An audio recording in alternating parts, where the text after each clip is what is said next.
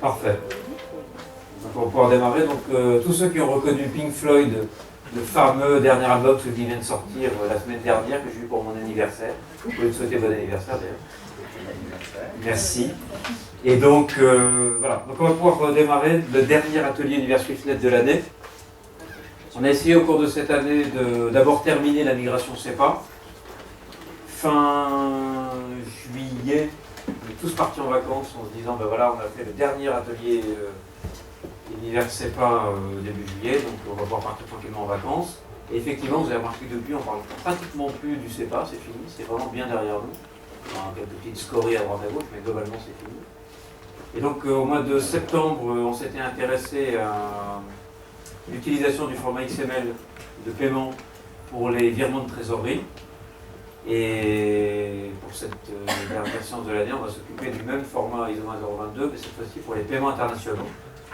Et alors pour cette dernière réunion de l'année, exceptionnelle, non comme toutes les dernières réunions de l'année, on a décidé de demander à Crédit Agricole Corporate Investment Bank, c'est la première, de venir avec tous ces spécialistes de la question. Et donc on a à la fois les gens qui créent les produits paiements internationaux pour les banques, les gens qui créent les produits paiements internationaux pour les entreprises, les gens qui s'occupent de faire les formats de paiement pour toutes les entreprises, et puis les gens qui sont au back-office, que vous ne connaissez pas forcément et qui généralement s'occupent de traiter les paiements. Vous avez sûrement au téléphone, mais que vous n'avez probablement jamais vu.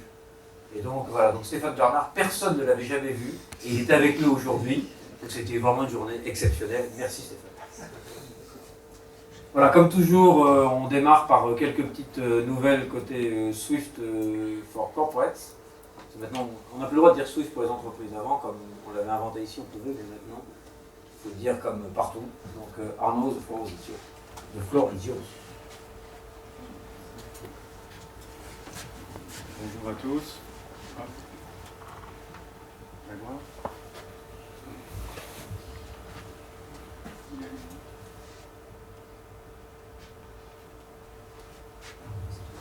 Merci. Bonjour à tous. Donc, je voulais vous parler aujourd'hui de la newsletter qu'on a sortie. Et la dernière fois, j'avais posé la question qui connaît Sybos. Il n'y avait pas beaucoup de personnes qui avaient levé la main. Et donc, l'occasion, ce sera peut-être de reprendre toutes vos adresses email avec la fiche de présence pour que vous receviez cette newsletter corporate qu'on écrit trimestriellement. Et ici, pour vous donner un aperçu, en plus on a fait maintenant on a un site pour pouvoir la consulter. Et un tout petit peu plus bas, il y a déjà un résumé sur tout ce qui s'est passé au Sybos sur la partie Corporate Forum, puisque pendant 2 jours, il y a des sessions dédiées sur toutes les problématiques corporate. Donc en cliquant, vous pouvez voir sur les sessions du jeudi et du vendredi tous les sujets qui ont été abordés, des choses qui ont beaucoup de lectures pour vous qui peuvent vous intéresser. Sur cette newsletter, on parle aussi de compliance. Et alors ça, c'est un sujet qui va vraiment être développé sur l'année prochaine. Tout ce qui est régulation, comment puis-je m'assurer que mes paiements ne vont pas au mauvais endroit et que du coup je m'expose à des sanctions éventuelles. Donc on fournit des solutions avec des systèmes de liste blanche, liste noire, etc. Donc c'est un produit très intéressant qui s'appelle Sanction Screening, qui est tout nouveau. Et pareil, sur cette newsletter, vous aurez tous les liens pour creuser un petit peu plus et en savoir davantage. Je pense que ça peut être bien que vous receviez automatiquement ces mises à jour, puisque j'imagine que personne ici l'avait reçu, donc voilà, très bonne idée. Après, il y a des choses intéressantes sur l'international aussi, hein. Il n'y a pas que sur l'Europe, il y a tout ce qui se passe en Asie, et le RMB en Corée, il se passe beaucoup de choses pour les corporates en Asie en ce moment. Voilà, donc bonne session sur les paiements internationaux et à tout à l'heure.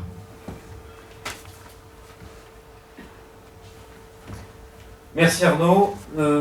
Alors, cette année au Corporate Forum, il y avait, comme toujours, des sessions un peu diverses, plus assez théoriques. Et puis il y avait une partie qui était en collaboration avec ce qui s'appelle le Standard Forum. Là, normalement, Grégoire me regarde, et il passe la slide suivante, où on voit une photo du Standard Forum. Et donc au Standard Forum, il y a une grande discussion autour de que va-t-il se passer quand on va migrer les paiements de gros montants qui sont faits en MT103, MT200 d'aujourd'hui vers de l'ISO 20022. Vous vous souvenez que c'est ce qu'on avait évoqué la dernière fois. Et donc toute la discussion a tourné autour des problématiques de systèmes qui aujourd'hui sont faits pour faire des zones qui sont petites, alors que demain les trous seront très grands. Et donc savoir où est-ce qu'on va mettre ces zones petites. Et en fait, c'est une grosse partie de notre sujet d'aujourd'hui. Vous allez voir quand on va parler de paiements internationaux, de se dire qu'on a beau remplir notre format ISO 20022 en mettant des milliers de choses dedans, il est absolument important de bien comprendre comment ces paiements internationaux sont véhiculés jusqu'à la banque du bénéficiaire, donc jusqu'au bénéficiaire, pour savoir quelle information vous allez effectivement pouvoir envoyer au bénéficiaire. Voilà un petit peu le sujet d'aujourd'hui. Alors, la manière dont on va aborder le sujet est assez simple. Si l'on regarde notre système habituel, vous avez le droit de poser toutes les questions, mais cette fois-ci, nous avons choisi un ordre de réponse. Car il n'est pas toujours évident de démarrer par la dernière question, parce que nous avons prévu, et il nous semble indispensable de commencer par évoquer les premières questions. Alors je vais donc poser moi-même la première question, que je vais poser à, je sais pas, je me trompe, à Thierry, ou à Anthony, je ne sais plus, à Thierry, que je pose d'abord à Thierry. Et donc la première question est, Thierry, peux-tu nous expliquer quand même rapidement comment fonctionne le circuit des paiements internationaux? Alors, moi, je vais me mettre dans... On va passer au slide suivant. Voilà. Je vais me mettre dans la peau d'un paiement international. Bon, c'est pas coutume, je dois dire. Et je vais vous présenter les différentes phases de la vie du paiement. Donc, d'abord, la phase d'acquisition. Ensuite, l'échange. Vous m'entendez? Donc, ensuite l'échange et ensuite la livraison, donc la livraison des fonds aux bénéficiaires. Alors, l'acquisition. Alors, d'abord, un paiement international, bon, c'est un paiement qui peut être en devise, donc en devise vers un pays tiers du pays d'origine, donc de la France. Mais ça peut être également un paiement en euros, vers les États-Unis, mais aussi, même un paiement en euros vers le UK, vers la Suède, voire vers un pays de la zone euro, même si au sens de l'EPC, au sens des paiements domestiques CEPA, c'est considéré comme du domestique. Très souvent, dans les chaînes de traitement de nos clients entreprises, ça passe par des filières internationales. Donc, je me remets dans la peau de mon paiement international. Et d'abord, donc, je vais être, si je peux dire, encapsulé dans un format. Alors, les formats, il existe deux formats historiques, on va dire. Le 320, donc vous connaissez tous le CF1B 320, qui est l'ancien FB 320, donc c'est un format qui doit avoir, je pense, une trentaine d'années à peu près. Donc, un format ancien, robuste, qui n'a pas beaucoup évolué. Un format basé sur une syntaxe donc fixe avec des chats, donc, qui forment un total donc, de 320 caractères. Donc, premier cas. Deuxième cas, ça peut être un format Swift, donc là on est sur du MT. Donc là, ce sont les messages historiques de Swift. Les MT, ils ont été créés, je crois, en 1977. Pour le SAME, ça doit être dans les années qui ont suivi. Donc là aussi, on est sur des formats assez anciens, basés également sur un principe de tag. Et enfin, le petit dernier, New, c'est le PEN 001, donc le PEN 001 que vous connaissez tous grâce au CEPA, et qui est en fait un format relativement ancien, puisqu'il remonte, s'il a été normalisé par l'ISO en 2004. Il a connu son explosion, on va dire, grâce au CEPA. Et c'est un format qui potentiellement peut être utilisé, comme on l'a vu la dernière fois, pour de la trésor, mais aussi pour des paiements internationaux. Donc ensuite, moi, le paiement international, donc je rentre dans mon format, je vais par un canal qui peut être SwiftNet par exemple, jusqu'à la banque du donneur d'ordre. Excusez-moi, je suis très enrhumé. jusqu'à la banque du donneur d'ordre, et ensuite je vais aller dans un circuit. Alors il y a deux circuits distincts. Le circuit des correspondants bancaires, donc le circuit de correspondant banking, et le circuit, le système d'échange, qui peut être donc ABE ou Target. Donc le circuit du correspondant banking, c'est pour les flux en devises essentiellement, pas toujours. Et les circuits d'échange ABE Target, là c'est uniquement de l'euro. De l'euro donc vers la zone Europe au sens large. Et donc pour finir, mon paiement il arrive à la banque du bénéficiaire et le bénéficiaire est en fait livré de son paiement international. Donc ça c'est un schéma d'ensemble. On va maintenant faire un focus sur le petit dernier, donc le XML, et voir comment le circuit XML peut s'adapter, le format XML peut s'adapter selon les types de canaux qu'on utilise. Oui. La suite. Ah, déjà, d'accord. Donc, alors, le format XML, on va dire que c'est le format idéal dès lors que la syntaxe XML est véhiculée de bout en bout. Donc là, on est dans le cas typique où vous envoyez donc un PEN 001 qui est traité donc par un CSM qui véhicule le XML pour toucher une banque du bénéficiaire qui sait recevoir du XML et qui alimente le reporting du bénéficiaire dans un format XML. Alors ce schéma, malheureusement, dans le monde des paiements internationaux, il n'existe pas réellement, si ce n'est que dans la partie des paiements cross-border du CEPA. Mais là aussi, les puristes vous diront que ce n'est pas tout à fait du paiement international. Mais ça, c'est le schéma, on va dire, c'est le schéma cible et le schéma vers lequel on espère que l'on tendra un jour dans l'avenir. C'est un schéma, évidemment, qui offre une très très grande richesse de données, puisque le format XML est extrêmement riche. Et ces données sont véhiculées, pour la plupart, pas toutes, mais pour en tout cas une grande partie, de bout en bout. Alors, le gap peut dépendre en fonction des règles définies par les communautés bancaires, mais également par des banques. Par exemple, dans le monde CEPA, pour un paiement entre deux pays, même domestico-domestique, la balise Remittance Information, donc vous connaissez tous, je pense, la fameuse balise de 140 caractères, elle existe en mode structuré ou en mode non structuré. En mode non structuré, vous êtes sûr qu'elle sera véhiculée de bout en bout.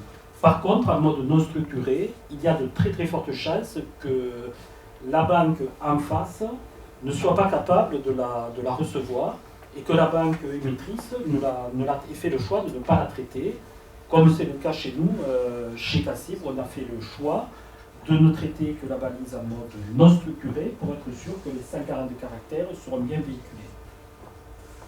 Donc, je rappelle donc ce modèle de bout en bout en XML uniquement CEPA aujourd'hui nous offre un reporting enrichi et de meilleures possibilités de réconciliation. L'autre modèle qui est la norme pour les paiements internationaux, donc slide suivant.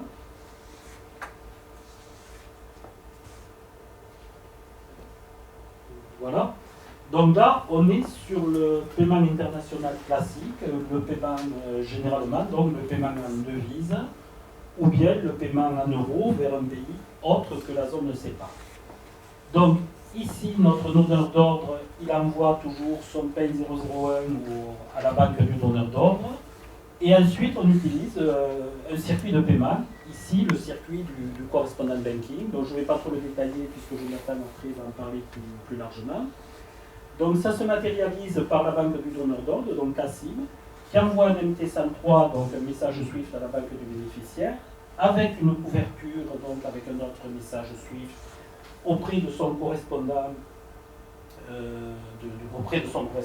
qui échangera avec le correspondant de la banque du bénéficiaire, quand ce n'est pas le même correspondant. Alors ici, on a, et là c'est flagrant, une perte de données quasi certaine dès lors que l'on s'amuse à remplir toutes les balises du PEN sans trop suivre des règles. Donc là, il est très très important, dès lors que la banque vous offre, vous propose une offre de paiement international au format XML, il est très important donc de bien suivre les règles qui sont édictées et de bien remplir les balises nécessaires et suffisantes qui devront arriver à l'autre bout du paiement. Par exemple, dans le monde de SEPA, on parle beaucoup des paiements factory, des fameuses balises Ultimate, Ultimate Debtor, Ultimate Creditor. Dans le monde du correspondant banking, dans le monde de SWIFT, là, il n'existe pas de tag de spécifique aux Ultimates. Donc ça, c'est une info qui ne sera pas véhiculée, sauf si la banque décide de l'intégrer, par exemple, en bout de remittance information dans notre valise. Mais là, c'est un peu c'est pas forcément toujours très propre. Donc voilà, alors dans le monde des paiements internationaux, donc, le donneur d'ordre émet donc, au format XML. Le reporting, il se fera encore massivement, comme c'est le cas dans le monde de SEPA de toute façon, avec les MT SWIFT 940-942, mais aussi, j'en ai pas parlé, mais également les formats FOB. Les CAM 52-53, je les ai cités évidemment parce qu'ils existent, mais ce sont des formats aujourd'hui qui sont plus que marginaux encore au niveau des corporates. Donc voilà, il faut retenir que le principe du XML, c'est que vous avez un format extrêmement riche, extrêmement bavard, qui ne sera déversé que partiellement dans le MT. Et donc, un gros warning, il faut bien s'assurer que les données que vous entrez seront bien véhiculées auprès de la contrepartie. Donc voilà, c'était une petite mise en bouche sur les circuits de paiement et sur l'utilisation du XML pour les paiements internationaux. On va peut-être enchaîner avec Attends, on va trouver la question. Donc le résumé de tout ça, c'est très simple, c'est que dans le monde de l'initiation du paiement, on peut utiliser certains formats avec leur richesse, qu'en revanche, dans le monde interbancaire, on n'est que sur les formats SWIFT, et c'est pour ça qu'on ira en détail voir un petit peu ce qui se passe dans les formats SWIFT et dans le fameux MT103, qui est grosso modo le message utilisé. Voilà. On va revenir à la slide des questions. Et on va réfléchir maintenant profondément à la question suivante qu'on va pouvoir se poser. Et donc, je vois Olivier qui me dit, Olivier, tu veux absolument que l'on pose la question. C'est celle-là, Jonathan ? Non, c'était la suite des circuits de paiement internationaux. Ah oui, donc on voudrait voir la suite des, des paiements des circuits de paiement. Voilà. Donc Jonathan, donc Thierry côté corporate, et maintenant Jonathan, marketing produit côté banque. Voilà, exactement. Et donc là, on rentre un peu en détail dans ce qui se passe entre banques. Exactement, donc je vais un petit peu vous parler donc déjà de ce qui se passe entre banques, et surtout à mon avis ce qui intéresse tout le monde, c'est-à-dire globalement les frais. Ce que vous payez quand vous faites un paiement international. Donc, comme vous le savez, hein, il y a 3 types de frais, les BEN, les hours, les shares. Donc ça c'est sur les messages FIN. Et sur le format XML, les debts, credits, chars. Globalement, le bénéficiaire, quand vous mettez PEN dans votre SWIFT, le donneur d'ordre, donc vous, ne supportez absolument aucun frais. Tous les frais sont déduits du montant et le bénéficiaire final recevra le montant que vous avez envoyé, moins les commissions qui seront prises par les banques. Dans l'hour, c'est exactement l'inverse, c'est-à-dire que vous ne supportez aucun frais, que vous supportez la totalité des frais, vous recevez une facture de votre banque comprenant l'ensemble des frais interbancaires et le bénéficiaire final reçoit la totalité des frais. Pour le share, c'est le donneur d'ordre ne supporte uniquement les frais de sa banque et le bénéficiaire les frais de sa propre banque également. Si on peut passer à la slide suivante, je suis vraiment pas à l'aise avec le micro. Alors, voilà un petit peu le détail d'un paiement interbancaire.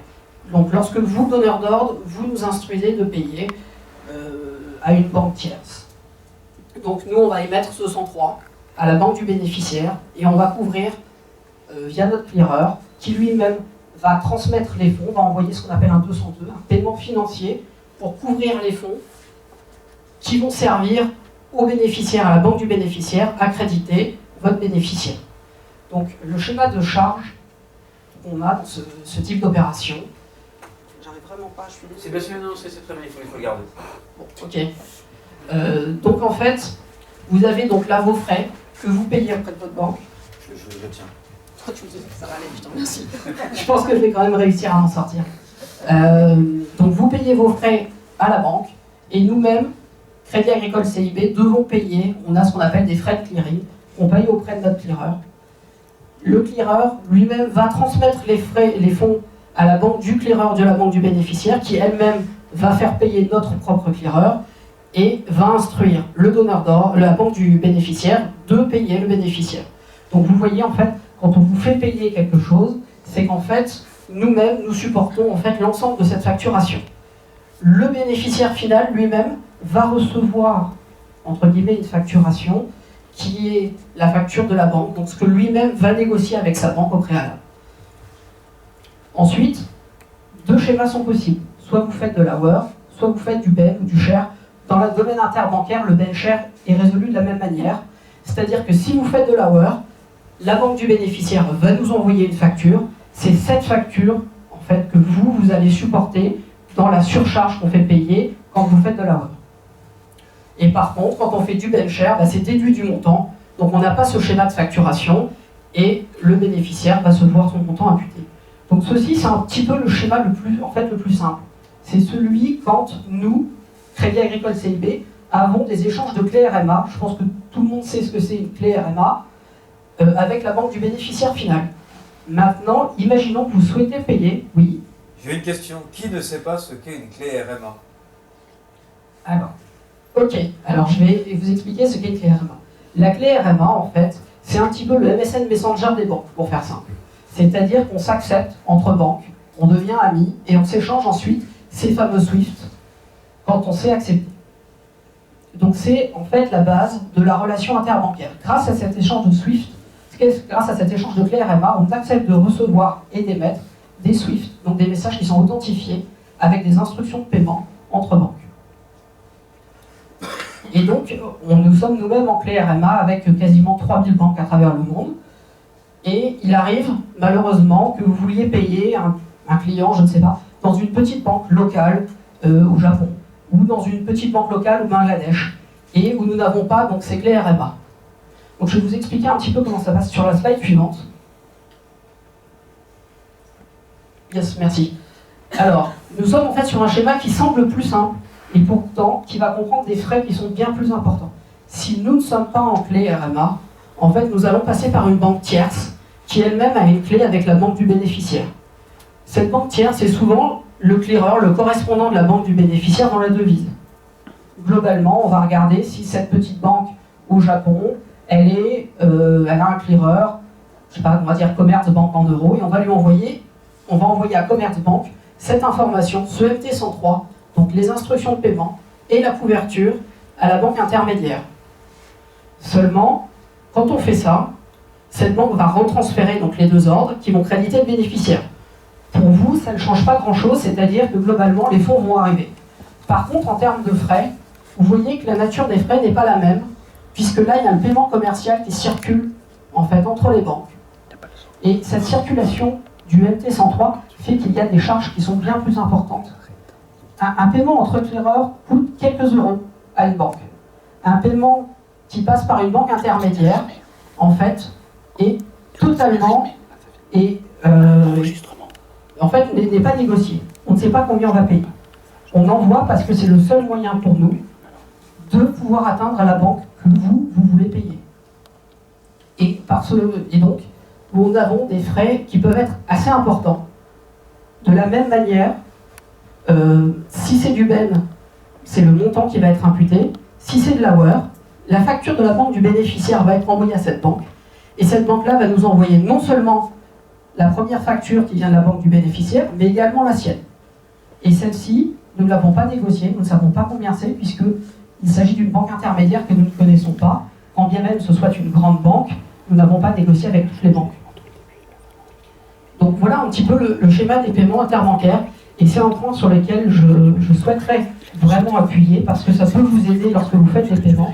Si vous voulez payer dans une petite banque locale, ou si vous n'êtes pas sûr, contactez-nous, on va vous dire si on est en clé RMA avec cette banque, et vous pourrez comme ça avoir des frais qui seront beaucoup plus légers. Si nous ne sommes pas en clé RMA et que c'est une grande banque, nous pouvons demander nous-mêmes, initier cette demande d'échange de clé RMA pour vous. Ce n'est pas un problème, ça peut se faire rapidement, ça ne se fait pas dans la journée, mais ça peut se faire sur 2-3 jours, sous 2-3 jours, et ceci, ça peut vous éviter vraiment des frais qui sont très impressionnants.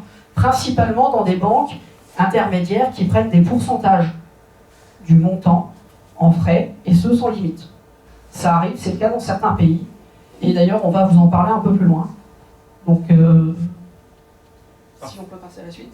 On peut passer à la suite, sans problème. Alors la suite, c'est la question suivante. Oui, les questions suivantes. Les questions suivantes, bien sûr. Et alors les questions suivantes, là on peut vraiment choisir en fait maintenant. On peut choisir de quoi on veut parler. Est-ce que vous voulez parler des devises, d'une devise en particulier, ou est-ce que vous voulez d'abord voir la partie ISO 20022? Voilà, c'est au choix. Donc, qui se lance? Tout le monde est d'accord avec ça, ou vous préférez les devises? ISO? Allez, on fait ISO, c'est parti. Véronique. Elle n'était pas prête, donc Si, c'est bon. si, je vais doucement. Bonjour. Donc on va parler des formats ISO 20022. Non. Bonsoir. Donc à votre demande, nous allons parler donc des formats ISO 20022 pour les transferts internationaux, tiers et trésorerie au format donc ISO et ce que l'on appelle souvent le XCT qui, comme l'indique son nom, X veut dire Cross-Border Credit Transfer. Pour CACIB France, c'est toujours une histoire de migration de format. Comme nous l'avions expliqué la fois dernière sur la présentation des virements de trésorerie Domestic France, nous avons fait l'approche de vous offrir le format ISO 20022 avec l'approche de la migration du CFONB 320 que vous utilisez aujourd'hui vers le format ISO. Donc le constat, ce qu'on peut dire aujourd'hui, c'est que les clients ont profité du passage au CEPA, ce que vous a déjà dit Thierry, pour se familiariser avec les formats ISO. Ça n'a été donc que la première vague de migration. Nous sommes passés donc au virement de trésorerie Domestic France et aujourd'hui l'offre transfert international, tiers et trésorerie peut être utilisée par nos clients corporatifs. Nous allons passer, merci pour la photo, excusez-moi, je suis immortalisée, au slide suivant. Donc, je vais vous redéfinir en fait qu'est-ce qu'un virement international, tiers et trésorerie. Pour le tiers, comme vous le disiez Thierry tout à l'heure, le virement peut être qualifié d'international quand c'est une devise autre que l'euro. Donc toutes les devises acceptées par la banque.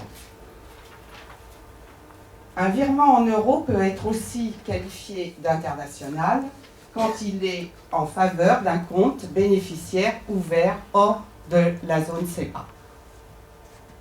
Ça, c'est pour le tiers. Pour la trésorerie, c'est toujours des virements intra-compagnie et ce sont des virements d'équilibrage donc hors de France, mais de toute devise, y compris l'euro, puisque la trésorerie en Italie, c'est du transfert international, comme vous le savez tous. Alors pour étayer du rien ne change par rapport à votre format CFONB 320, il y a quelques informations qui sont les informations nécessaires pour exécuter un transfert international qui seront identiques.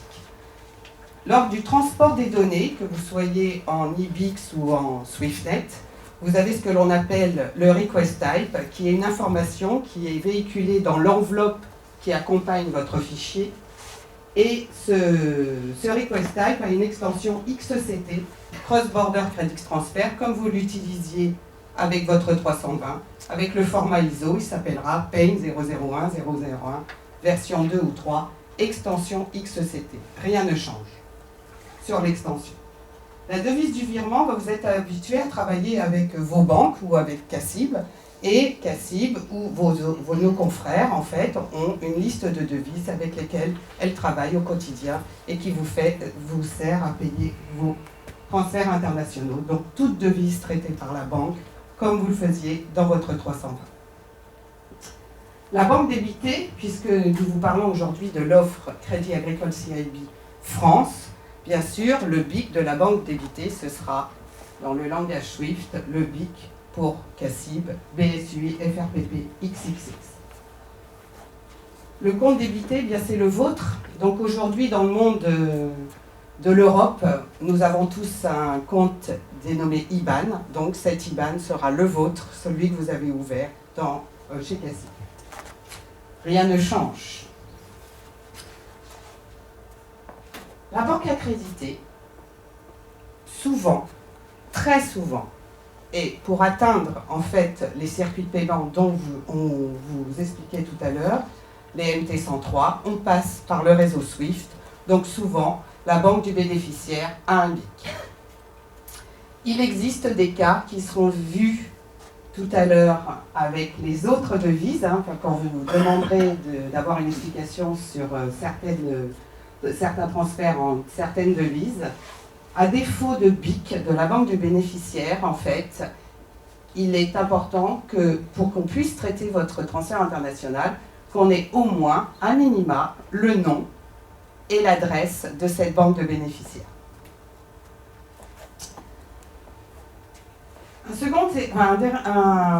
Un élément important aussi, c'est comment qualifier un transfert international. Comment peut-il être identifié pour la banque si c'est de la trésorerie ou du tiers? Comment peut-il être identifié par vous-même? Pour cela, vous avez une balise qui s'appelle la catégorie purpose, qui vous permet en fait de coder quel est le type de règlement que vous voulez faire. Pour un virement tiers, par exemple, si vous payez un salarié expatrié, il y a des codes diffusés dans la norme ISO pour dire, eh bien, si c'est un salarié, un paiement de salaire, vous pouvez mettre un code qui s'appelle SALA. Si c'est un paiement fournisseur, vous avez un code spécifique qui s'appelle SUP, comme supplier. Pour identifier la trésorerie, nous avons dans les bonnes pratiques que nous verrons au slide suivant, c'est que pour la trésorerie, vous avez un code qui s'appelle TREA, qui a été publié dans les formats ISO et notamment dans le guide qui a été fabriqué avec tous les efforts des banques, de SWIFT, du CFONB, pour indiquer que la trésorerie a un code spécifique qui s'appelle TREA. Pour CACIB, on s'est dit également qu'il faut suivre les bonnes pratiques que nous verrons tout à l'heure, mais le code INTC que vous utilisez déjà aujourd'hui pour qualifier la trésor peut être également embarqué dans cette valise catégorie purpose. Les cut-off time, eh bien, vous les avez, les banques vous les distribuent pour pouvoir exécuter vos virements, vos transferts internationaux dans de bonnes conditions et souvent avec la sécurité d'envoyer vos paiements avec un cut-off time, avec une marge avant la fin du cut-off time. Mais c'est identique, rien ne change par rapport au format CFONB 100. Pour ce qui est du reporting, eh bien, puisque nous avons beaucoup travaillé sur les paiements SCT du CEPA, nous avons beaucoup travaillé sur les virements de trésorerie domestique France, eh bien, pour l'offre transfert international, le reporting sera enrichi des balises que vous nous avez données à l'acquisition, comme vous les avez aujourd'hui pour le CEPA. Et bien sûr, vous disposez toujours de votre code d'opération. Par exemple, pour le CFONB 120, vos transferts internationaux sont toujours codés en 44 transferts uniques.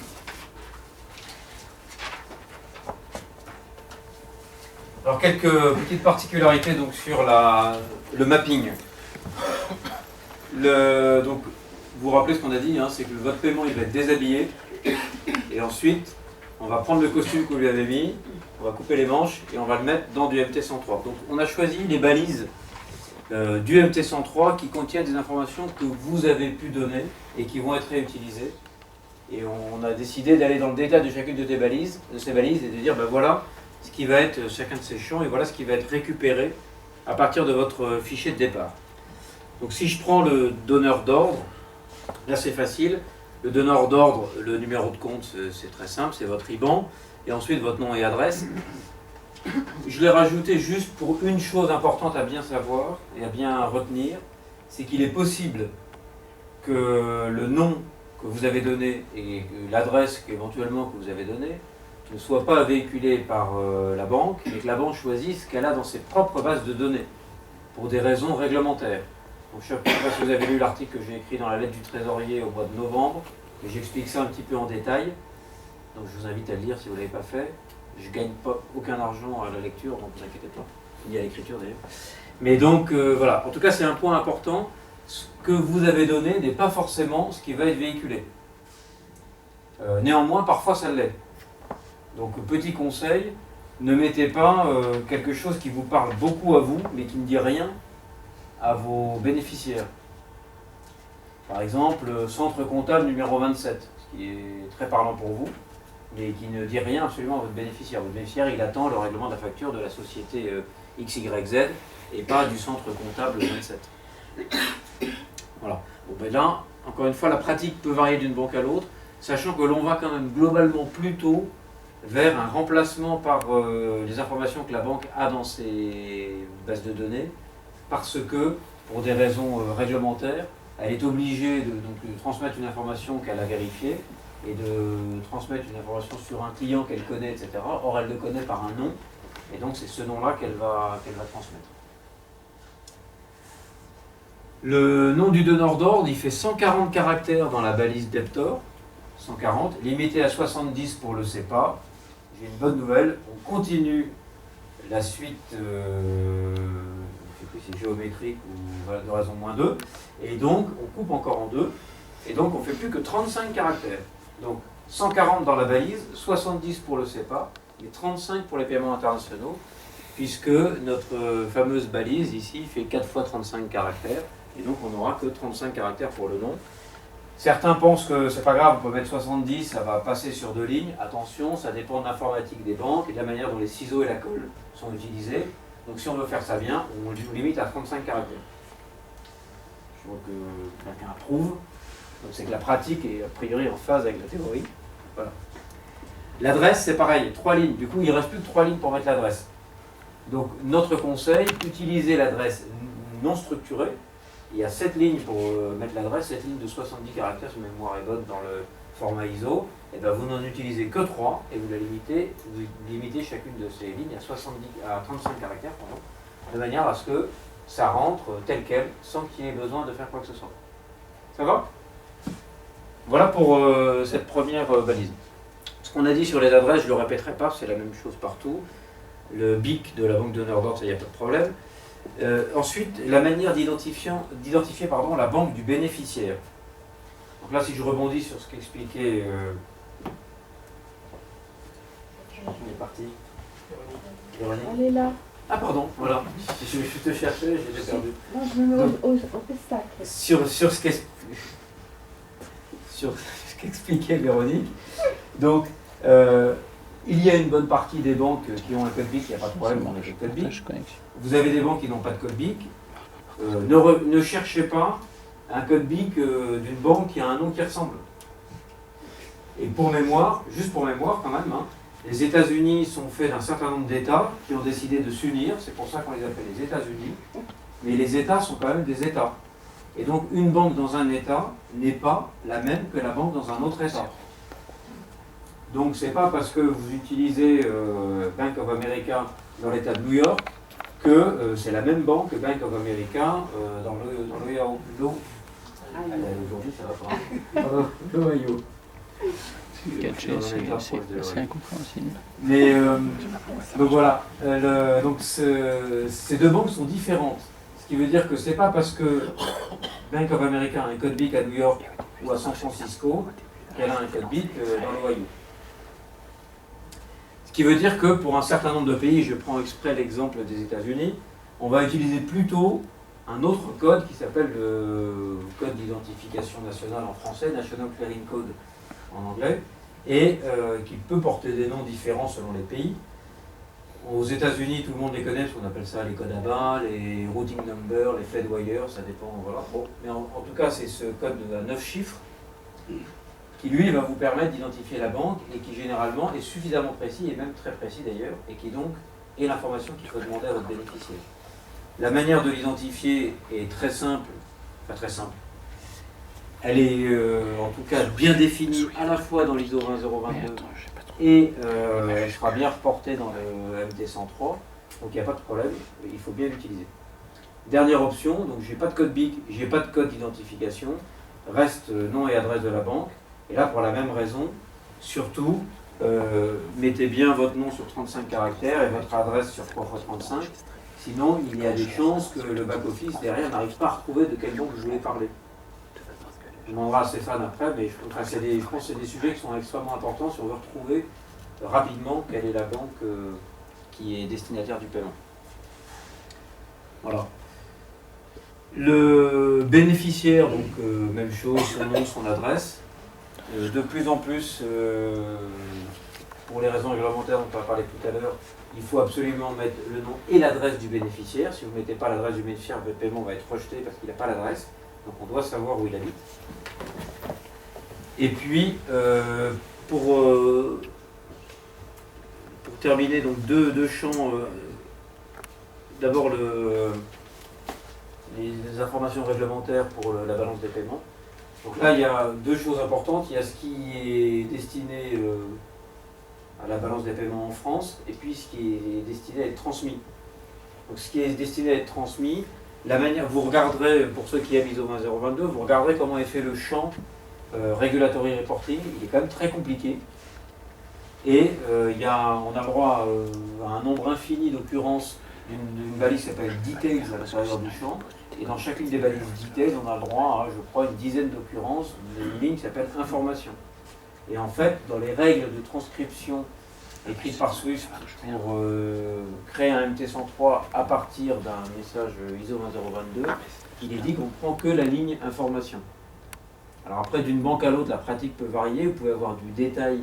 Donc la manière de fabriquer le champ va peut-être varier, mais attention, a priori, c'est comme c'est la règle dictée par Swift, il est probable que ça soit fait plutôt comme ça. Dernier champ, la remittance information, donc la partie d'information qui va être véhiculée à votre bénéficiaire. Donc première idée à retenir, les banques qui vont traiter le paiement et qui vont être au milieu de la chaîne doivent être capables d'identifier la raison pour laquelle vous faites un paiement, pour des raisons de contrôle, lutte anti-blanchiment, etc.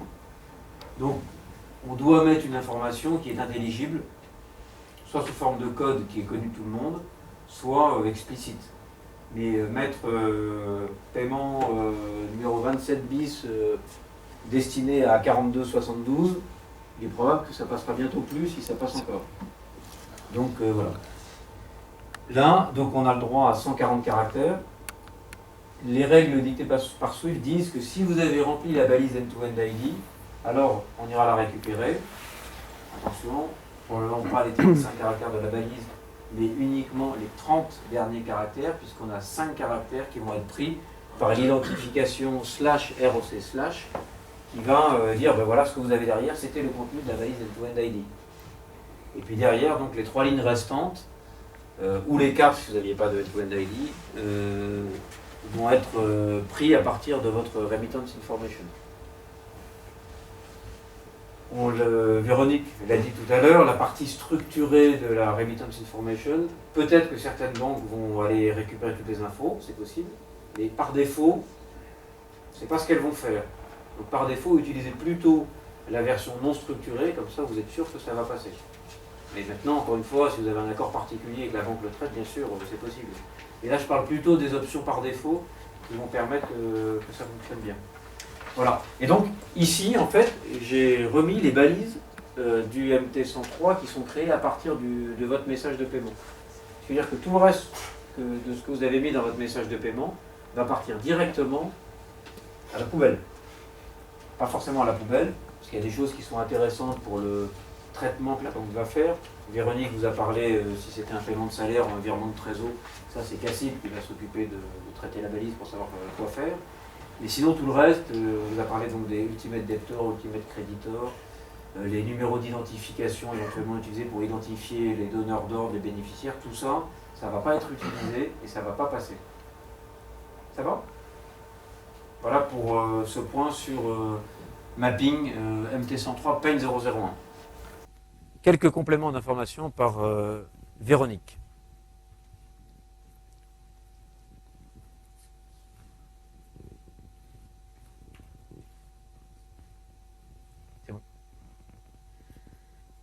Donc on vous a préparé un slide en fait des bonnes pratiques qui reprennent majoritairement ce que vient de vous dire Hervé, avec quelques particularités. En fait, il y a toujours des questions sur le batch booking. Qui ne sait pas ce qu'est un batch booking? Alors le batch booking, c'est pour vous permettre de demander à la banque que vous ayez un débit global sur votre compte courant avec l'information true dans cette balise, ou si vous demandez à la banque d'avoir le détail unitairement du débit sur votre compte courant, et là c'est l'information false qu'il faut indiquer. De toute façon, pour les transferts internationaux, vous n'avez pas le choix.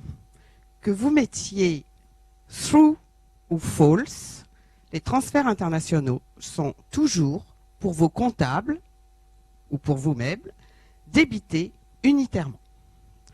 Donc, la bonne pratique, c'est de mettre false, mais si vous mettez true, à défaut, en fait, la banque va traiter votre paiement et va vous débiter unitairement sur votre compte.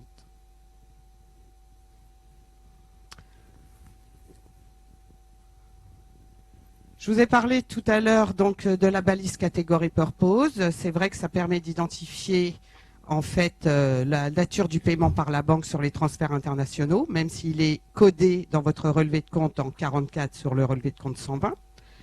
Mais ce qui est important, c'est qu'on vous véhicule la Category Purpose également dans le relevé de compte.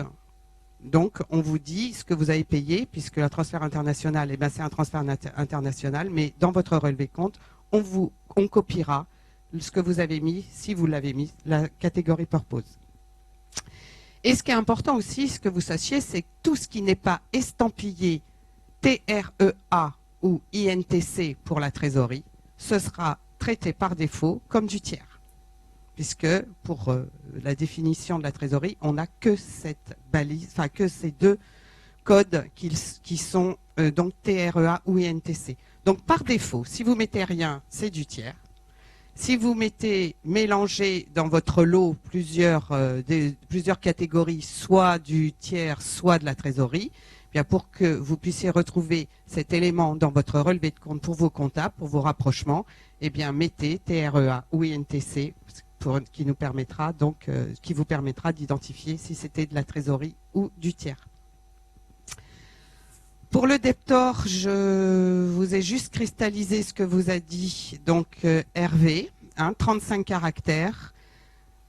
C'est vrai que réglementairement, nous sommes obligés de prendre la donnée qui sont dans nos bases de données, nous banques, quand vous avez ouvert le compte. Donc, de toute façon, que vous mettiez Société A, département trésorerie, si vous n'avez pas déclaré lors de l'ouverture de compte cet intitulé de compte, de toute façon, on prendra l'intitulé que vous avez donné au départ, qui nous a permis d'ouvrir le compte. 35 caractères. Charge bearer, je ne vais pas vous répéter donc la façon dont sont traitées en fait les charges au niveau correspondant banking. La seule chose que je peux vous préciser, c'est si vous ne remplissez pas cette valise, par défaut, la banque, dans ses bonnes pratiques, en fait, va choisir pour vous le share. Et aussi, dans les bonnes pratiques, tout ce qui est virement de trésorerie est toujours estampillé share. Creditor agent Eh bien là, en fait, je vous ai également réécrit ce que Hervé vous a dit sur notre façon d'identifier au mieux la banque du bénéficiaire. En priorité, c'est le BIC. Après, Stéphane, tout à l'heure, vous expliquera que quand il n'y a pas le BIC, eh bien, il y a un travail à faire par les back-office pour pouvoir assurer le paiement dans les cut-offs qu'on vous a donnés et qu'on puisse réaliser donc le transfert international qui est souvent un paiement très important pour vous. Créditeur, pareil, 35 caractères, nom et adresse, avec les 2 lignes maximum de 35 caractères. Créditeur compte, soit l'IBAN que vous connaissez tous, soit un autre compte sous une autre forme que l'IBAN. Donc il y a des balises qui sont dédiées et notamment celle estampillée Other qui vous permet de rentrer le numéro de compte qui n'est pas pour votre bénéficiaire soumis à l'IBAN. Regulatory Reporting, donc le fameux code que vous utilisiez dans votre 320 quand vous êtes déclarant indirect et que vous devez donc préciser la nature du paiement pour la balance commerciale. Donc ces 3 fameux caractères qui vous sont aussi communiqués, une liste est communiquée soit par la banque, soit par les autorités de régulation pour la France. Et la fameuse Remittance Information. Donc tout à l'heure, on vous disait ce qui a été véhiculé dans le 103. Eh bien, dans le 103, si vous, pour notamment les clients qui sont sous Payment Factory, c'est-à-dire qui ont ouvert un seul compte à la banque, mais qui payent pour compte des entités de leur groupe, en fait, l'Ultimate Debtor est très important pour qu'ils puissent faire leur rapprochement comptable. Et si, dans un cadre d'une négociation commerciale, il y a un Ultimate Creditor, eh bien, ces informations sont souvent mises par ces Payment Factory dans la balise Remittance Information, en plus de peut-être règlement de facture 42, 22, 702, etc. Mais les corporates s'appliquent à pouvoir mettre des informations dans ces 140 caractères, donc moins les 105 premiers caractères, les informations nécessaires pour qu'on puisse à la fois vous donner un reporting qui vous permettent de faire vos rapprochements comptables, mais aussi de pouvoir véhiculer jusqu'à la banque du bénéficiaire des informations importantes pour que votre bénéficiaire puisse lui aussi assurer son rapprochement comptable.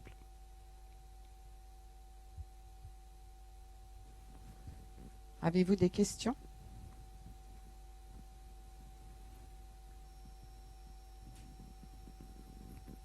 Pas de questions sur ISO 20022, bon. Donc batch booking, ça va? Pour la paye, on fait batch booking true ou false? Pour la paye? Alors, voilà, la notion aussi qui est importante, c'est comme je vous disais, le batch booking false fait que nous comptabilisons cette opération individuellement sur votre relevé de compte. Si vous payez des salariés, eh bien voilà, en fait, l'écriture sera en clair avec le nom du bénéficiaire, donc pour vos comptables, et on verra le montant en fait du paiement que vous payez à votre expatrié qui est logé aux États-Unis, par exemple. Ce que vous n'avez pas du tout dans le cadre du CEPA, puisque dans le SCT, vous pouvez mettre batch booking through, et à ce moment-là, on vous débite de la totalité des paiements qui sont sur qui sont dans le fichier. Et là, la confidentialité sur la paye est assurée à 300%. Donc, ce qu'il faut retenir là-dessus, c'est que quand vous payez des salariés avec des transferts internationaux, on voit le paiement unitaire. Voilà pour ISO 20022. Et alors, sans transition, la partie donc embargo, etc. Je ne sais plus si c'est Jonathan ou Stéphane. Voilà. Donc, je vous avais parlé de Stéphane. Vous l'attendiez avec impatience. Et voici maintenant le back-office en live. Bonjour. Donc moi, j'interviens en tant que responsable du back-office de CACIB. Et nous, on intervient quand tout ça marche pas. Quand rien ne marche au niveau des formats ou quand il y a des protocoles ou il y a des embargos. C'est un peu le sujet des 2 slides que je veux présenter. En fait, au-delà de la partie réglementaire, dès qu'il y a un tag qui ne marche pas, dès que ça ne marche pas dans nos règles, les flux sont bloqués et on va intervenir côté back. Là, je vais zoomer particulièrement sur nos travaux et sur les techniques que nous utilisons côté back-office pour accompagner les clients. Tout à l'heure, on a vu dans différents slides un petit bonhomme, des maisons qui représentent les banques et un petit bonhomme. C'est un problème entre deux. Mon intérêt, c'est que les paiements commerciaux que vous donnez à vos bénéficiaires arrivent le plus tôt possible aux bénéficiaires. De fait, quelques chiffres côté CACIB, 99,97 sont STP, ça veut dire qu'on ne les voit pas, tant mieux, ça m'arrange bien aussi par ailleurs. Il n'en reste que 0,05 réparés, donc réparer c'est au fait, de fait parce qu'il y a un tag ne marche pas, parce que des informations que vous mettez dans certaines zones de fichiers ne marchent pas ou sont contradictoires avec nos règles, donc on va intervenir là-dessus. On fait une gestion d'incidence, on est côté ISO, je ne reviens pas sur le sujet, c'est important pour nous, mais dans le cadre de cette opération, de cette démonstration, ça n'a pas trop d'intérêt. Et on a à peu près 1500 blocages liés aux diverses réglementations qui sont citées au-dessus, qui fait que même si les champs sont bien remplis, nous avons des moteurs d'analyse qui vont bloquer volontairement les flux sur certains pays, certaines devises, certains tiers, certaines autres choses, pour tout ça respecter ce qu'on appelle la compliance. La compliance ne va pas s'alléger, vous le savez tous, hein, on parle de plus en plus. Ça va compliquer de fait vos informations et ça va compliquer aussi les moteurs et donc les banques puisqu'elles sont co-responsables de ce qu'elles transmettent dans le réseau.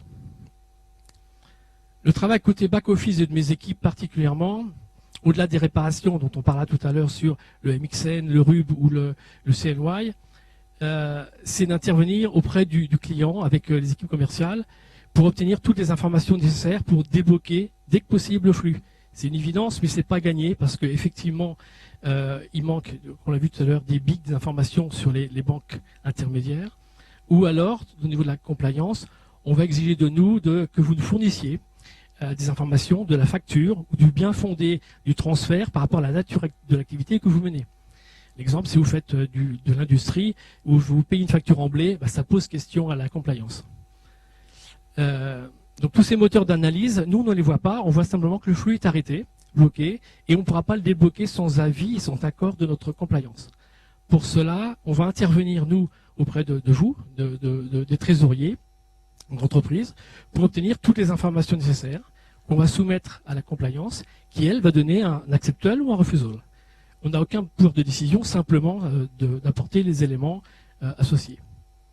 Cependant, dans le dernier point, régulièrement, des flux de nos clients sont bloqués pour les mêmes raisons.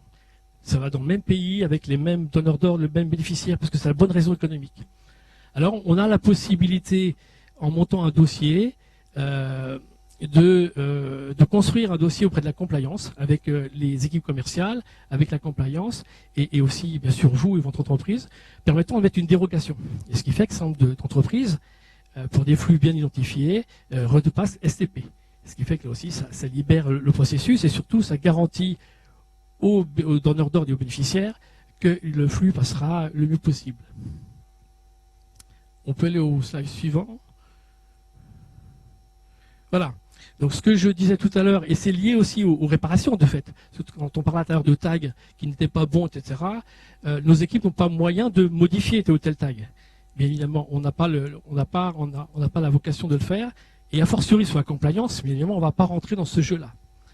Donc, ce qu'on va faire, simplement, on va faciliter avec la relation entre les équipes commerciales et vous-même, faciliter la prise de décision par la compliance.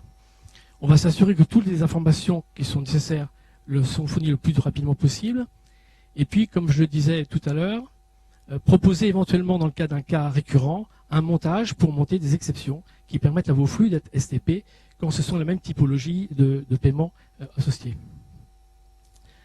Et enfin, dans certains cas, souvent, je veux dire, on intervient auprès de la banque bénéficiaire pour faire appliquer la bonne date de valeur lorsque le flux a loupé le cut-off, entre guillemets, quelles que soient les circonstances. Alors, virgule, quelles que soient les circonstances, je veux être précis, si on met 3 jours à obtenir la facture de la part de notre client, c'est un peu compliqué, après c'est la geste commerciale qu'on va s'arranger.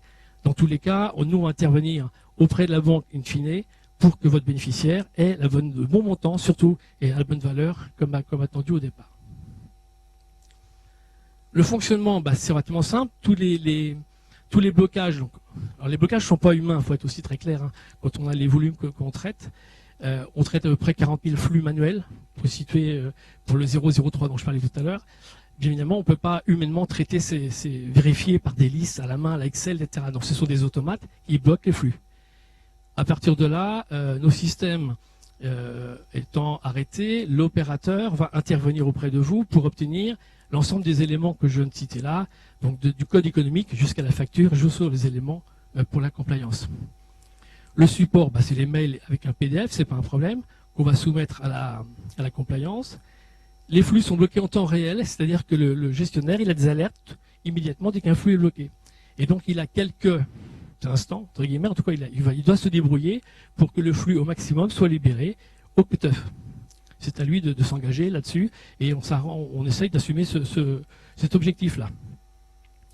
Et puis, cas particulier, je l'ai déjà dit 2-3 fois, on intervient auprès des équipes commerciales lorsqu'il y a vraiment un cas particulier, une cellule de crise, une opération très atypique qu'on tient absolument à réussir et à convaincre nos compliances. Voilà ce que je voulais dire. C'est un point important.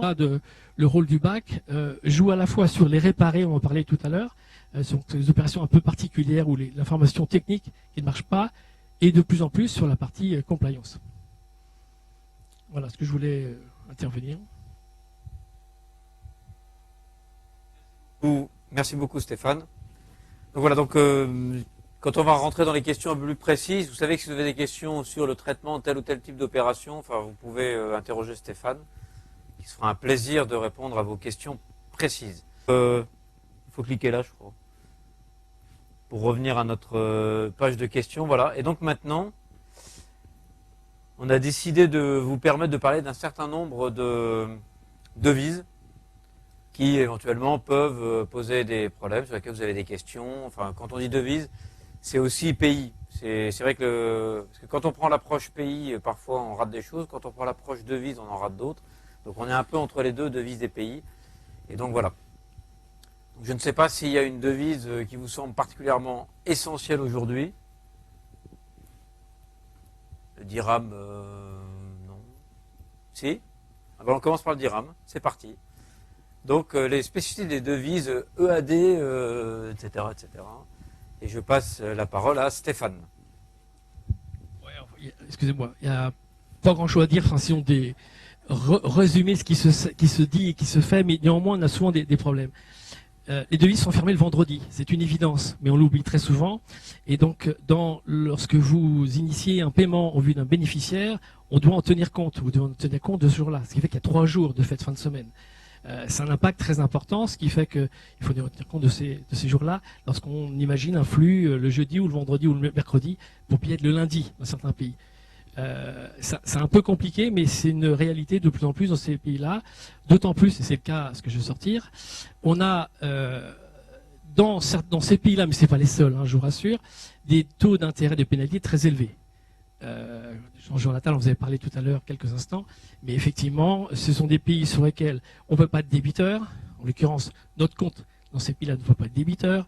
Les taux sont non négociables, on les découvre à la sortie, et ils sont extrêmement très élevés. Par ailleurs, anomalie des process qui nous font sourire entre guillemets amèrement, c'est que les cut-offs de paiement, les sorties de fonds dans ce pays-là, se ferment avant les arrivées de fonds. Ce qui fait que si, je prends un exemple très simple, vous me donnez ordre de transférer à partir de certains pays de l'argent, mais la couverture est arrivée par une autre banque. Il faut savoir que l'argent de l'autre banque doit arriver largement avant pour être sûr que mon paiement sorte. D'accord ? Autrement, là, ce que va faire le correspondant local, il ne va pas faire le flux, ou il va débiter le flux, on va être débiteur, et on va se ramasser avec 15 ou 25% jour de taux d'intérêt.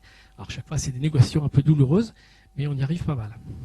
Donc l'impact pour vous, il est essentiel, c'est évidemment en tenir compte lorsque vous traitez avec ce type de devises, avec vos bénéficiaires, pour tenir compte de ces agendas-là, de ces calendriers-là. C'est un point un peu particulier. Ce qu'on a fait, nous, de CACIB, c'est qu'on a considéré ces devises-là comme fermées. C'est-à-dire que lorsqu'on aura un flux, on va considérer que c'est un jour férié, de fait, ou comme un samedi à dimanche, et donc la date de livraison, d'échéance, va se décaler d'un jour. Ça, c'est le premier point qu'on voulait aborder. Merci Stéphane. On a répondu à toutes tes questions, j'imagine. C'est super. Alors on va essayer de trouver une autre devise sur laquelle Stéphane a encore plein de choses à vous expliquer. Vous pouvez choisir. Alors, on le dit pour le RUB, ça sera fait sans ironie. Le RUB. Voilà, merci. Le RUB, voilà.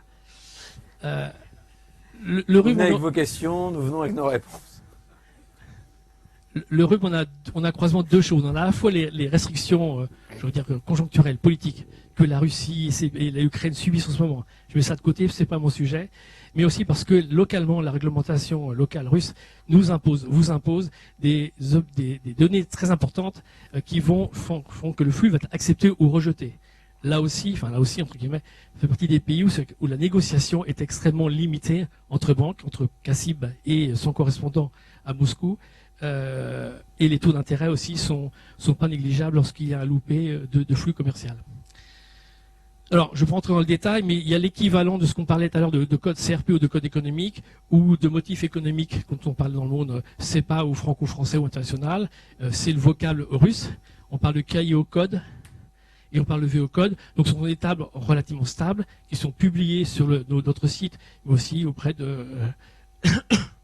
on trouve ça sur Internet, mais auprès d'autres banques, on a l'ensemble des données. Elles sont régulièrement mises à jour, une fois l'an à peu près. Ce qui est important, c'est la grammaire, entre guillemets, de l'équivalent IBAN, de leur typologie des comptes russes, qu'il faut absolument respecter. Là aussi, les cut-offs sont assez particuliers. Ce qu'il faut retenir des RUB particulièrement, c'est que la législation locale est très difficile. Et a fortiori, lorsqu'on doit payer des salariés, extrêmement compliqué, parce c'est assez difficile de ce côté-là. La législation russe ne nous aide pas pour l'instant, et la diplomatie ne nous aide pas non plus. Mais ça, c'est un autre sujet. Voilà ce qu'on voulait dire sur la partie RUB. Bon, Stéphane, ne bougez pas, hein, parce que là, on va changer une lettre. 2 lettres peut-être. Ah non, qu'une lettre. Ah, c'est pas lui? Ah non, c'est Jonathan. Voilà. Ah bah c'est bien. On alterne. Ça permet à Stéphane de se reposer un peu. Donc moi je vais vous parler juste quelques minutes en fait du renminbi, donc la devise chinoise. Comme vous le savez, la devise chinoise en fait a deux taux de change, donc le CNH ou le CNY. Donc c'est toujours euro CNH, euro CNY. Et ensuite il faut distinguer deux types d'opérations. Les opérations qu'on va dire onshore, c'est-à-dire à destination d'un bénéficiaire dans la Chine continentale, et les opérations offshore qui vont rester à l'extérieur donc de la Chine. Lorsque vous initiez un paiement pour un bénéficiaire en Chine continentale, vous avez la possibilité, ou nous avons la possibilité, d'appliquer le taux euro CNH ou le taux euro CNY. Chose qui est absolument impossible lorsque vous faites une opération dite offshore où seul le taux euro CNH pourra s'appliquer. Les paiements vont être contrôlés par la PBOC.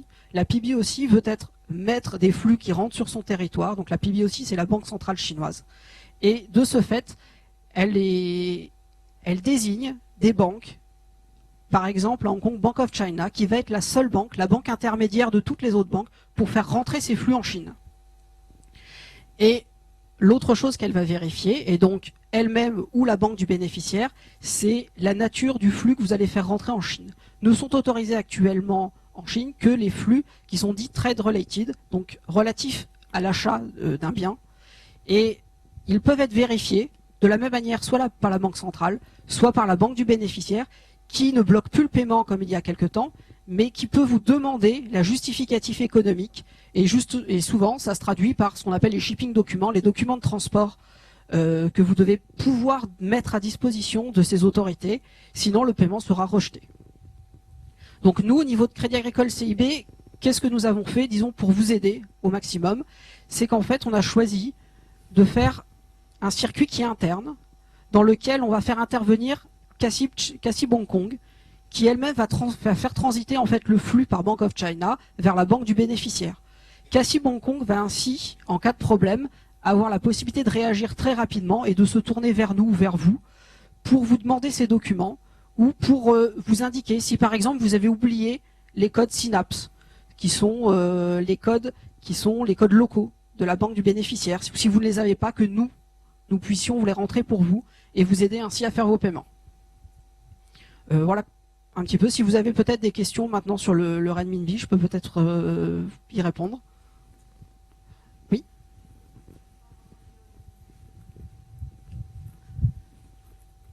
Merci. Donc, la question n'est pas vraiment liée au renminbi, mais plutôt à la Chine. Lorsqu'on fait des paiements vers la Chine, très souvent le nom du bénéficiaire est sur un nombre de caractères bien supérieur à 35. Comment est-ce que vous avez une solution pour faire en sorte que le paiement soit effectivement remis aux bénéficiaires?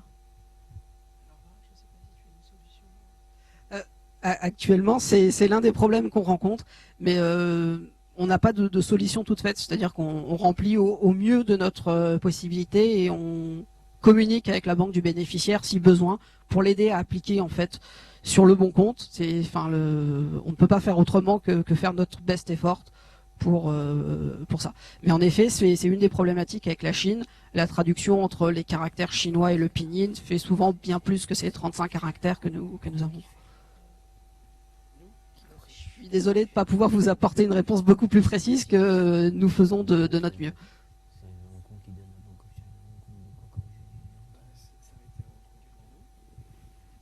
Non, on essayait de régler le problème, mais...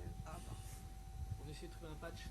Non, ce que je voulais dire, c'est que si le flux est trop long, de fait, il va se trouver bloqué chez nous, chez notre correspondant à Hong Kong, qui de fait va voir que ça ne rentre pas. Et donc à ce moment-là, ils vont se retourner vers le back-office qui, schéma présenté précédemment, on va essayer de vous joindre pour obtenir des informations. C'est un peu comme les documents que spécifiait Jonathan.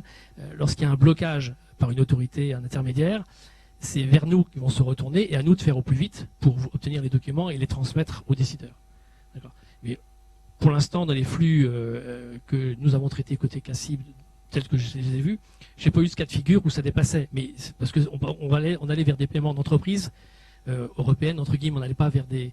vous voyez ce que je veux dire, le libellé était européen de fait, donc on n'a pas eu ce problème-là. Mais je pense que le sujet est un vrai sujet à traiter.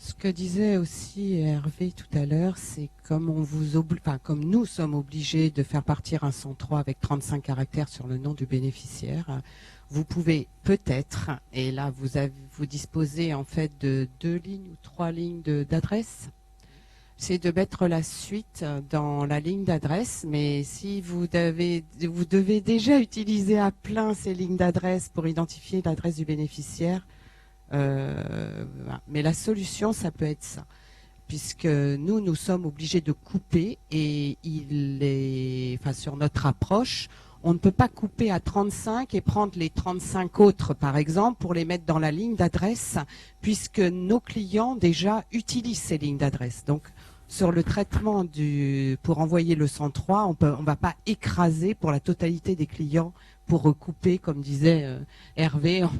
Alors pour vous, on va couper à 35 et prendre la suite. Techniquement, c'est pas possible, mais la seule solution de sortie, c'est de recopier la suite du nom dans la ligne d'adresse disponible. Bon, il y a aussi une solution non STP. Il y a aussi une solution non STP qui est qu'en fait, à partir du moment où le paiement arrive à Hong Kong et va être transmis à Bank of China pour qu'il fasse le travail, Bank of China étant le point d'entrée en fait en Chine, et à ce moment-là, eux peuvent compléter et remplir parce qu'en fait, eux, ils ont la place dans le système Synapse. Donc en fait, la solution probablement va consister à prendre langue avec le back-office, leur transmettre par un biais autre les informations de manière à ce qu'eux les transmettent aux équipes de Hong Kong qui vont les transmettre à Bank of China qui va pouvoir faire le...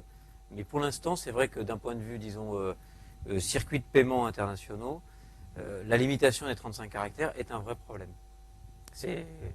Donc il y a des moyens alternatifs, mais qui méritent d'être, disons, bien déterminés à chaque fois avec la banque avec laquelle vous travaillez. Donc si c'est avec CACIB, voilà, avec le back-office de CACIB, de manière à ce que les informations que vous avez en votre possession et qui sont nécessaires arrivent par ce chemin détourné à l'autre bout. Probablement que c'est des sujets qui vont évoluer assez vite.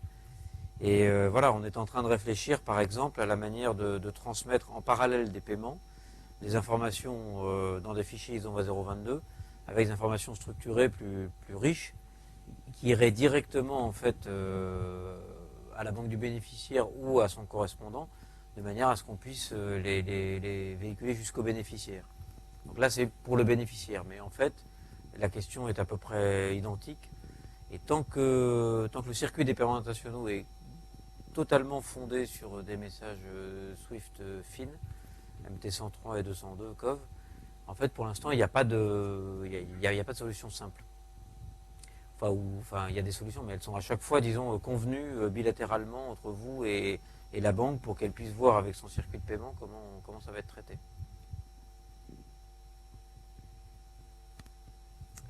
Voilà pour le CN étoile. Il y a le CNS aussi, non? On espère, et surtout le CNP bientôt. Bientôt le CNP, oui. En français, on dit la CNP d'ailleurs. Ça n'a rien à voir. Mais... Parfait. Alors, on choisit une autre devise au hasard. Le choix se restreint petit à petit. Et donc, on pourrait changer de continent. Peut-être. Et d'interlocuteur, pour la même occasion. Et d'interlocuteur. Et donc, on va au Mexique avec Stéphane. Merci Stéphane. Ouais, le Mexique est plus simple, enfin plus simple entre guillemets, lorsque ça va s'afficher. Le Mexique, ça ne s'affiche pas? Il faut mettre 100 balles. Il n'y a pas de slide sur le Mexique. Si, il y en avait. Ah, ouais. Tic. Non, ça marche pas. Bon, si, elle arrive. Voilà, c'est plus simple entre guillemets. La spécificité, elle est sur l'IBAN, qui c'est pas un vrai IBAN de fait. Enfin, c'est pas une formation internationale. C'est une convention spécifique au Mexique qui va évoluer naturellement, mais pour l'instant, on est associé à ça, ce qui s'appelle un CLAV. Alors, je vous laisse lire l'acronyme.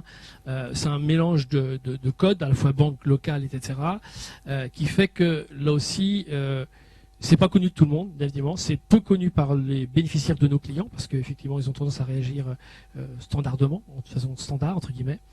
Là aussi, c'est un peu comme les codes ABA. Encore les codes ABA, les États-Unis sont très stables, donc il n'y a pas de sujet. Mais la création de banques mutualistes, notamment au Mexique, évolue dans le cadre des fusions ou de ségrégation. Donc c'est jamais très stable ces codes-là. Donc là aussi, il y a des sites officiels, bon, le nôtre entre autres, mais il y a d'autres sites officiels où on peut trouver ces codes-là. Ce qui est important, c'est que là aussi, les flux considérés comme STP d'un point de vue technique de votre point de vue vont être arrêtés automatiquement par nos systèmes. Un petit peu comme tout à l'heure, on l'a vu sur la Russie, etc. Même s'ils sont STP, nos systèmes disent non, stop, celui-là il n'a pas STP, je le soumets à réparation. Je le soumets à la surveillance du back-office qui va dire ok, c'est bon, c'est bien le beau code qu'on attend. Soit le back-office appuie que sur le bouton parce que la codification est bonne, d'après nos tables, soit alors il manque une information où elle nous paraît incohérente, auquel cas on revient au process que j'ai décrit tout à l'heure. Voilà, c'est tout simplement sur le Mexique à l'heure actuelle. Merci Stéphane. Et donc, retour en Extrême-Orient. Et allons voir l'Empire du Soleil Levant. Exactement. Donc, petit retour sur le JPY. Donc, le JPY, pour vous, je pense que c'est pas une devise exotique, pour nous non plus. Mais il y a une spécificité au niveau du pays dont on aimerait vous faire part. C'est le secteur bancaire, en fait.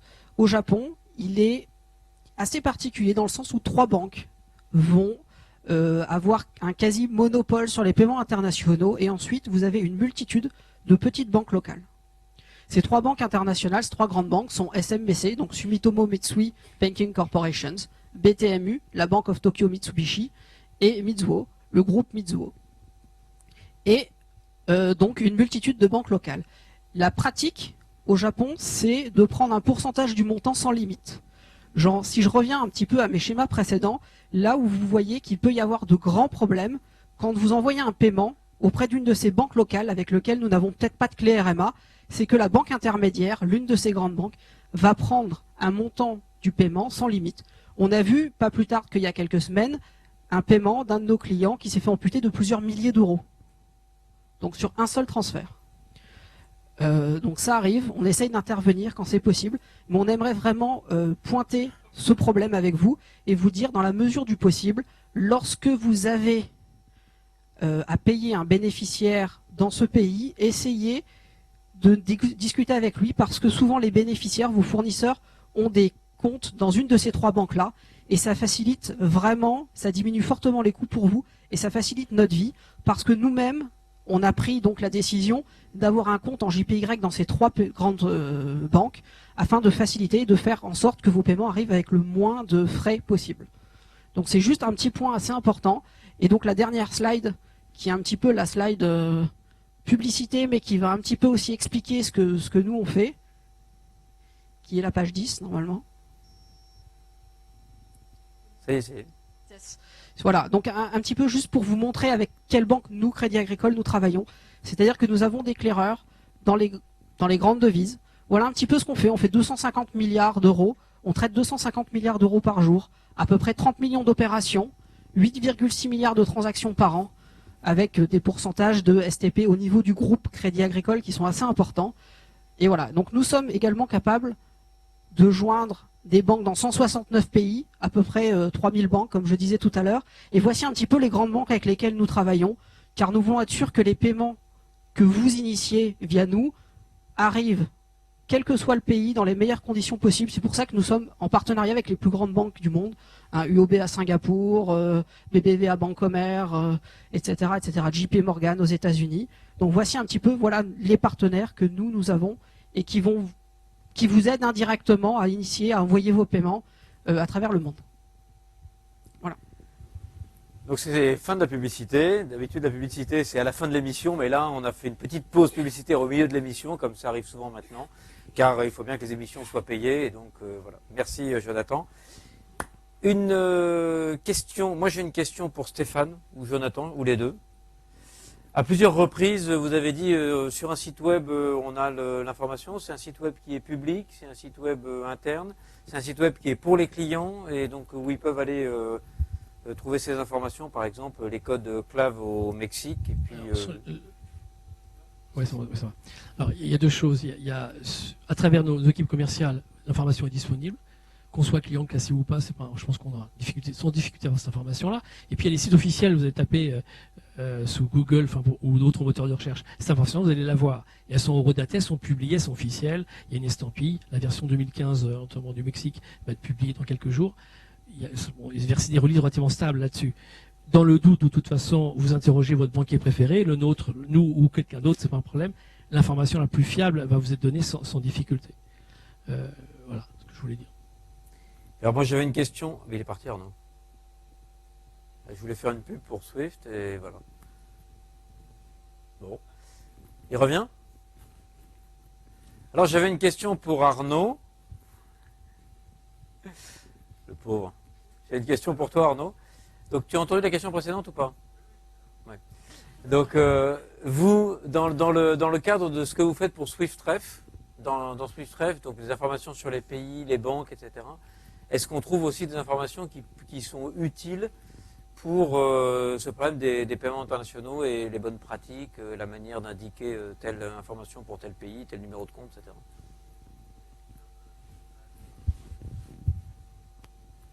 Arnaud arrive. Parce qu'il faut penser aux gens qui nous regardent à la télévision. C'est vrai que SwiftRef va bien au-delà des pays CEPA. Surtout, il y a certains répertoires vont couvrent 140, 150 pays. Donc après, je vous invite à regarder le détail des spécifications de chacun de ce qu'on appelle les directories, où on peut trouver des informations intéressantes. Typiquement, les codes ABA sont présents dans les référentiels de données, donc très pratiques pour valider des paiements vers les États-Unis. Alors il y a les codes ABA, il y a les codes de Hong Kong, il y a, je crois, une partie des codes Synapse en Chine. Enfin voilà, il y a un certain nombre de codes. Donc si vous êtes abonné, que vous achetez donc le référentiel pour l'intégrer dans vos données, ou si vous simplement vous souscrivez à l'offre en ligne qui ne doit pas être très chère, c'est pas cher, hein. En plus, en ce moment, on a un discount. C'est génial. C'est bientôt Noël. C'est toi qui lance la pub, hein. Alors exceptionnellement, jusqu'à 19h ce soir. Non, en fait, on a un nouvel outil qui permet de vérifier en ligne, justement, quand c'est sur des paiements peut-être plus sporadiques.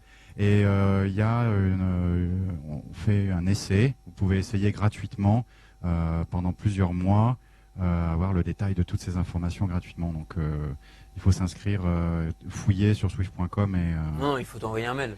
m'envoyer un mail aussi. Mais de toute façon, j'aurai vos mails puisque je vais vous envoyer la newsletter. Voilà, donc arnaud.dupuis, comme ça se prononce, @swift.com. Non, en fait, j'insiste beaucoup parce qu'en fait, le travail qui a été fait par Swift sur cet aspect des données référentielles est énorme et je pense est pas du tout assez connu. Et donc, on se pose des tas de questions et en fait, la réponse est dans ces référentiels. Les intégrer dans SAP, etc., c'est un peu compliqué. En revanche, il y a un site web en ligne et donc l'application s'appelle Bankers World Online. Voilà, c'est ça. Voilà. Et donc, dedans, il y a vraiment beaucoup d'informations. Je pense que c'est extrêmement intéressant. Et pour l'instant, c'est gratuit en plus, donc profitez-en. Donc, c'est gratuit Sur une période, c'est un... jusqu'à 19h. Vous pouvez vous inscrire. Y a pas de, pour l'instant, il n'y a pas de limite sur cette offre. Voilà pour la page de pub de Swift. C'est important. Hein. Ouais, merci. Non, mais en fait, c'est important parce que je pense que ces données ont été connues au moment du CEPA pour calculer aller rechercher les codes BIC et vérifier les IBAN. Mais en fait, le système fait beaucoup, beaucoup plus. On peut savoir, par exemple, qui est le correspondant de quelle banque dans quelle devise. Ce qui, nous intéresse pas beaucoup forcément. Mais en revanche, pour les banques, c'est un outil qui peut être très précieux. Donc voilà, il y a pas mal de choses. Voilà, c'est très intéressant. Il y a tous ces répertoires là. Merci Arnaud. Voilà, c'est la fin de notre émission, sauf si quelqu'un a une question. Sinon, comme il est 18h et qu'on doit arrêter à 18h. Ah, Emmanuel. J'ai une petite question. Régulièrement, sur nos factures, il y a indiqué sans problème le numéro de compte du bénéficiaire, sa banque, le BIC. Et de temps en temps, il est indiqué un correspondant. En Europe, si on fait un règlement en euros. Est-ce qu'il faut indiquer ce correspondant ou est-ce qu'on le laisse libre pour que notre banque fasse le transfert via le correspondant qui juge le plus intéressant pour nous? Alors, je vais faire une réponse de théorie et après je vais laisser à Cassib la pratique de la banque. La réponse en théorie, c'est que c'est un sujet sur lequel il y a deux écoles. Il y a une école européenne et une école anglo-saxonne. L'école européenne est de dire je fais mon travail de banquier, je sais le faire et donc vous inquiétez pas, je sais par où il faut passer. L'école anglo-saxonne qui est plutôt de dire je ne fais que ce que vous m'avez demandé de faire et je fais exactement ce que vous m'avez demandé de faire. Voilà. Donc on peut trouver des banques certaines vont vous demander d'indiquer le code du correspondant et d'autres vont vous dire c'est pas la peine. Stéphane.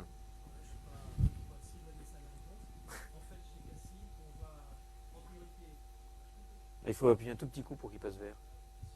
Oui, donc chez Cassis, on va en priorité s'appuyer sur notre propre dictionnaire de réseau de correspondants, sauf exception. C'est-à-dire qu'on a un contrat, on a une convention avec 2-3 clients sur lesquels on a convenu avec eux qu'on respectait leur chemin de règlement. Simplement, la responsabilité n'est pas tout à fait la même en cas de mauvaise délivrance du flux. Mais effectivement, il y a la possibilité d'avoir cette exception-là. On a ça sur 2-3 clients sur lesquels on avait quelques difficultés, ou des clients pour des flux à destination, je pense notamment à... Ils ne sont pas présents aujourd'hui, j'ai aucun risque d'ailleurs. Le FMI, on travaille avec une partie du FMI, et le FMI travaille à certains pays d'Afrique et donc de petites banques locales, qu'il était impossible que Cassib ou une autre banque puisse avoir un bon chemin de règlement. Donc on a convenu avec le FMI une modalité qui leur permet directement d'atteindre voilà. Mais par nature, côté Cassib, on prend nos propres chemins de règlement en premier. Il y a d'autres banquiers dans la salle. Philippe, par exemple, c'est pareil. Voilà, donc je crois que c'est à peu près la règle, en tout cas en Europe, c'est plutôt de dire on fait notre métier, mais on sait aussi gérer les exceptions. D'autres questions? Rien. Le batch booking, c'est bon? Parfait. Bon, merci beaucoup. Comme d'habitude, vous pouvez continuer à poser des questions précises à Stéphane, Jonathan, Véronique, Thierry autour d'un verre là-bas. Et si vous voulez jouer au badminton ou au squash, je ne sais plus, il faut partir avec Clémence. qui a sa raquette dans son sac. Voilà. Bonne fin d'après-midi.